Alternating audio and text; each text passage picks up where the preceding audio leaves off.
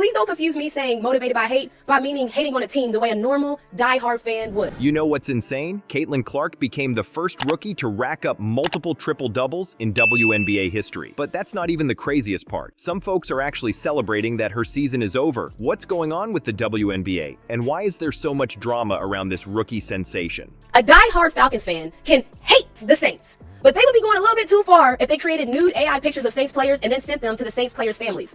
That's what Caitlin stans have done to Angel Reese. Before we move on, I'd like to ask you a small favor. If you appreciate this content, please take a second to like this video and subscribe to the channel. Over 98% of you watch the videos without subscribing. It costs you nothing, but it makes a huge difference to us. So, did you click the subscribe button? Great.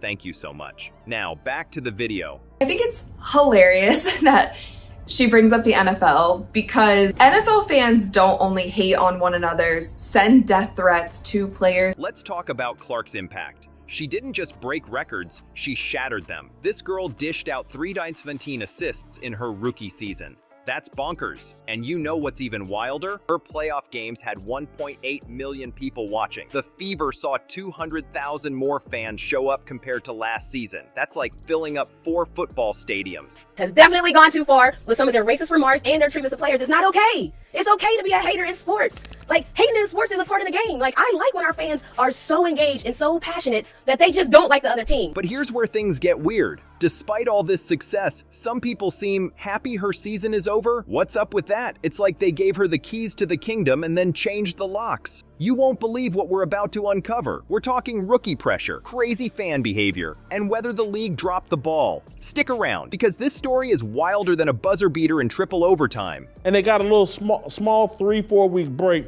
because of the Olympics, but it still wasn't much of a break because a lot of the discussion was about how come she ain't on the Olympic team? And now they're in this bubble. Every arena they go to is filled to the rim. There's all this conversation. It's all exhausting. They're going to give their best effort.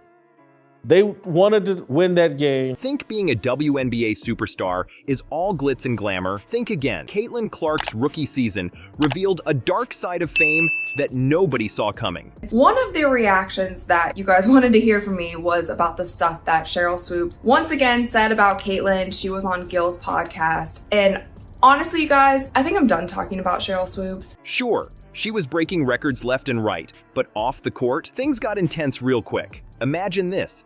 You're Caitlin Clark, fresh out of college, and suddenly you're the hottest name in women's basketball. Sounds awesome, right? But here's the kicker. Every move you make, every shot you take, everyone's watching you. It's like being under a microscope 24/7. She's playing in a social issues league that wants to wear shirts that say vote, wants to scream Black Lives Matter, wants to push some sort of political agenda.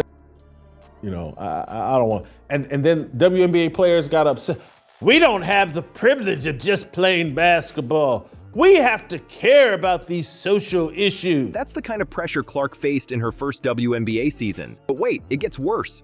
Some fans took things way too far. We're talking racial comments, personal threats, the kind of stuff that makes you question humanity. Alyssa Thomas, a veteran player, called it out, saying, "Honestly, it's been a lot of nonsense. In my 11-year career, I've never experienced the racial comments like I have from the Indiana Fever fan base. It's unacceptable." Can you believe that? In 2023, we're still dealing with this garbage. The craziest part? Clark needed personal security. Let that sink in. Cannot be a representation of what the WNBA would want in their league. This is our league. This was built, I feel like, as a women's basketball historian myself, I've been watching since I was 5. I was here before the league started, as a lot of the fans on social media feel the same.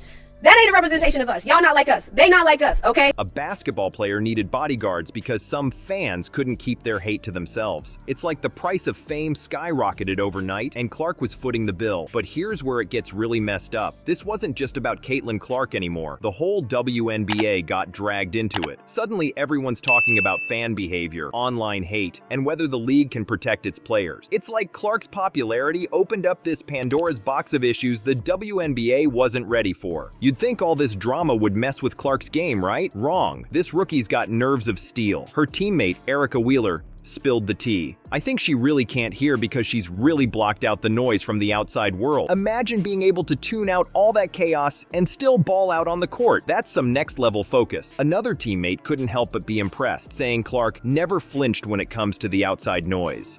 A die-hard Celtics fan could hate the Lakers. And you know what? If we being honest, that Celtics fan base has definitely gone too far with some of their racist remarks and their treatments of players. It's not okay. While everyone else was losing their minds, Clark was out there breaking records and making history. Talk about grace under pressure. But here's the million-dollar question. Why are some people happy her season is over? Is it because they can't handle her success? Or is it because her presence exposed some ugly truths about the league and its fans that some folks would rather sweep under the rug? Just as Clark stepped off the court, the real game began for the WNBA. Imagine a league suddenly realizing it's not equipped to handle its own success. A die-hard Tennessee Vols fan could have hated our UConn Huskies, but they would have been going way too far if they sent death threats to the UConn players.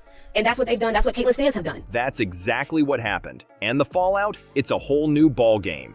You'd think the WNBA would be popping champagne after Caitlin Clark's record-breaking season, right? Not so fast. The league found itself in a pickle it never saw coming. Clark's popularity was like a tornado that hit the WNBA. And let's just say they weren't ready for that kind of storm. Here's the deal. The WNBA wasn't prepared for a rookie to blow up like this. It's like they gave Clark the keys to a Ferrari without teaching her how to drive. And now they're scrambling to catch up. The league's struggling to figure out how to handle high-profile rookies. My world. However, now if I felt that same blowback, I know that it wouldn't affect me the same way. So some of this does take a little bit of just growing thicker skin. And I think that's what everybody in this league is going to have to do. And the wild fan behavior that comes with them. You know what's really wild? Some people are actually calling out the WNBA for dropping the ball on this one. They're saying the league isn't doing enough to protect its players from all the online hate. It's like they opened Pandora's box of social media drama and can't figure out how to close it. Think about it. How do you promote a superstar like Clark without painting a target on her back? It's like trying to have your cake and eat it too. She's worn out, and so are her teammates. But they get a short little break. For one straight year, everything, the weight of the world, and all these political and racial discussions centered around Caitlin Clark. And I look at last night's game and go, yeah, the play with Fag Benlay where they had her tied up and everybody just kind of walked away, I was like, oh man, they can't wait to get to Cancun. The WNBA wants all the hype and attention Clark brings, but they're not ready to deal with the backlash that comes with it. And get this, it's not just about Clark anymore. This whole mess has exposed some serious gaps in how the WNBA handles its business. Because unfortunately, with millions and millions of fans, this is not going to go away. Like, we have seen it across the board in every single sport. We're talking about the need for better support systems for players, improved social media policies, the works. It's like the league's playing catch-up in a game they didn't even know they were in. Alyssa Thomas, one of the WNBA's veterans, didn't hold back. She said, honestly, it's been a lot of nonsense. We don't want to go to work every day and have social media blown up over things like that. Can you imagine trying to focus on your game when your social media is blowing up with hate? It's like trying to shoot free throws in a hurricane. So what's the WNBA going to do about it? We just watched one of the most unique experiences in the history of sports. And I'm talking about the Caitlin Clark experience. Here's the excuse I'm going to give them, and this is the bow I'm going to put on this whole conversation. And this is a sympathetic take towards everybody on the Indiana Fever. And it's gone on nonstop. The Caitlin Clark experience. Some folks are throwing out ideas left and right. Improved social media policies? Check. Player mentorship programs? You bet. It's like they're trying to build a parachute while they're falling. But here's the kicker. The WNBA might need to create a whole new department just to deal with this stuff. We're talking player safety, mental health, the whole 9 yards. It's like they suddenly realize they're not just running a basketball league anymore. And then the clock rolls into the NCAA tournament. And by the NCAA tournament, I was like, this girl's the biggest star in sports.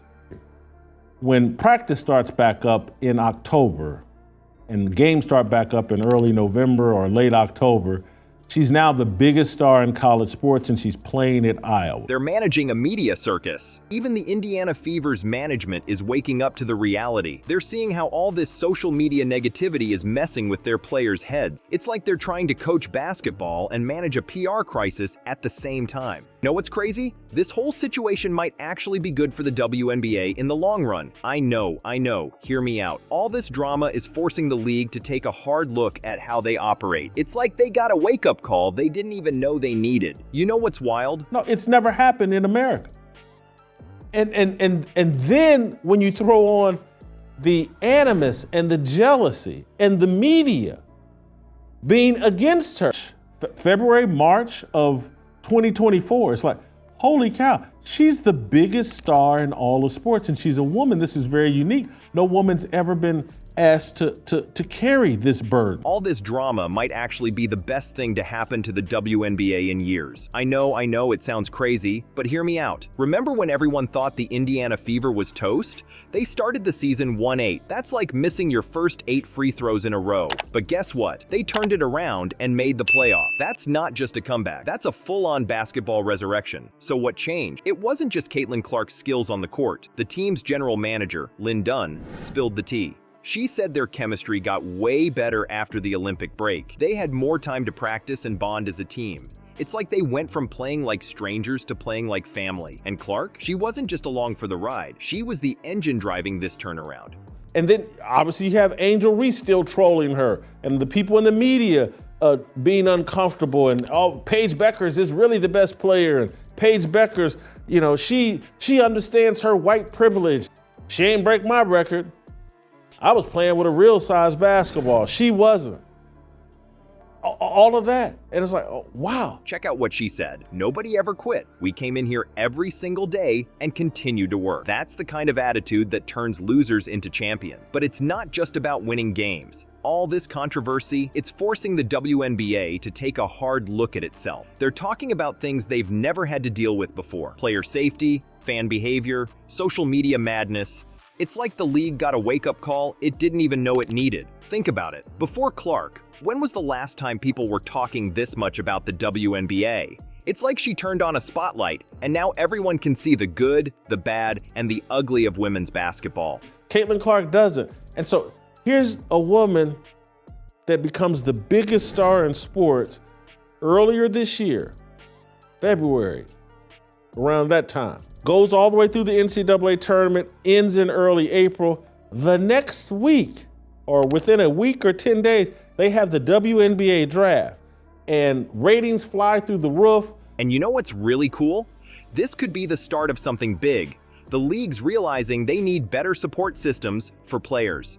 They're talking about new social media policies, mentorship programs, even whole new departments to deal with player safety and mental health. It's like they're building a whole new WNBA from the ground up. But here's the real kicker. It's not just about the league. It's about us, the fans. We've got a chance to be part of this change. Instead of hating on players or getting caught up in drama, we can support them, show up to games, cheer them on, and shut down the haters. We can help make women's basketball bigger and better than ever. She gets snubbed for the Olympics, and then all the hatred from Cheryl Swopes and everybody in the WNBA, it just all keeps building and feeding on itself. She's having this incredible deal. And then a week or two later, she's into a WNBA camp. And then by early May, she's playing WNBA games. And the momentum just keeps going. I forget the guy that asked her the really stupid question. And she just said, hey, look, her answer wasn't these exact words, but it's just like, hey, I just want a ball. So yeah, maybe some people are happy Caitlin Clark's rookie season is over, but I'm thinking they're missing the bigger picture. This isn't the end of something, it's the beginning of a stronger, more inclusive WNBA, a league that's ready to take on the world and show everyone what women's basketball is really all about. You know what's crazy? Even with all the drama, Caitlin Clark's rookie season was a game changer for the WNBA. This girl isn't just breaking records, she's rewriting the whole playbook. It's like, holy cow, she's the biggest star in all of college sports. She's bigger than any college football player. She's certainly bigger than any college basketball player. So she gets that mantle in March and April of 2023. She was the biggest star in college sports. She took that mantle Think about this. Clark's not resting on her laurels. She's already talking about getting better, adapting to the league's physicality. It's like she's got this fire inside her that just won't quit. And her teammates? They're feeling it too. Clark's out there hyping up Aaliyah Boston, telling her she's going to be amazing. But here's the real kicker. Clark's not just focused on herself. She's talking about getting the Fever into the top 4 next season. That's the kind of leadership that changes teams, changes leagues. So what's our part in all this? Are we going to sit back and watch, or are we going to step up and support these amazing athletes? The future of women's basketball isn't just on the court, it's in our hands too.